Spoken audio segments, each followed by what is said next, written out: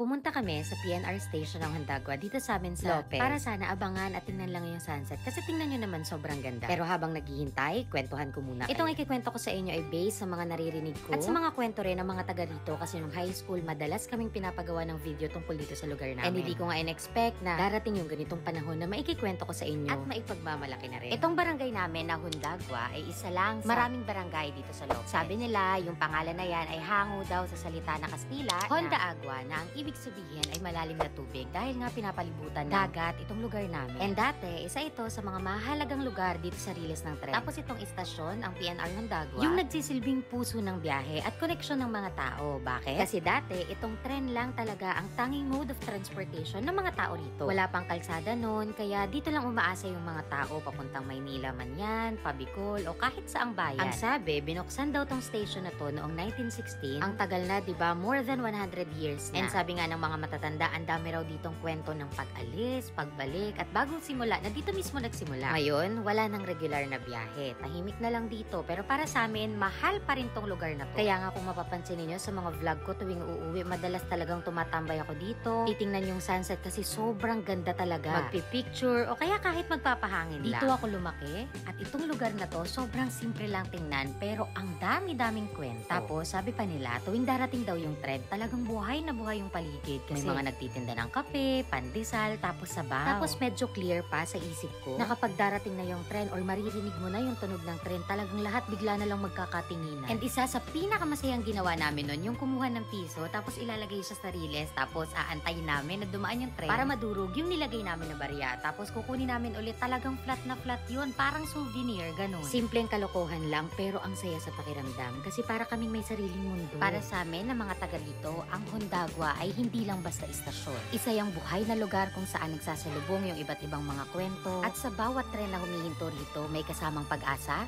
may halong lungkot ng pamamaalam, at saya ng pagbabalik. Pero habang lumilipas ang panahon, unti-unti nang humihinto ang galaw ng istasyon. Napalitan na ng katahimikan, yung dating ingay ng tren, punong-puno na ng damo yung mga riles, tapos yung mga upuan ay talagang wala na. Pero kahit wala na yung tren, isa pa rin sa pangunahing hanap buhay ng ilan sa mga tao dito yung pag-iisip. Buti na nga lang, meron pa rin kami naabutan nung pumunta kami dito. Buhay pa rin ang paligid kahit papaano. Nakakalungkot lang rin na itong PFM na matagal nang naging kabuhayan ng mga taga dito sa Handagwa, Matinik, tapos yung mga kalapit na barangay ay nagsara na rin. Hindi ko lang rin alam yung dahilan kasi nagulat na lang ako nung mabasa ko yung post ng mga taga rito. Kasi noon, kapag sinabing Handagwa, dalawang bagay agad ang maiisip mo, PNR station at saka itong PFM. Parehas man silang wala na, pero yung iniwang alaala ng mga yan talagang malalim. Para sa akin at para sa marami, bahagi sila ng pagkabata at pagkatao namin. Kaya next time you pass by an old structure like this, huwag mo lang siyang tingnan na ay bakit parang sira na. Kasi it's not just history, it's hope waiting to come alive again. At habang pinapanood ko nga itong sunset, yung paglubog ng araw, bigla kong na-realize na ang swerte ko pala na dito ako lumaki. Tahimik,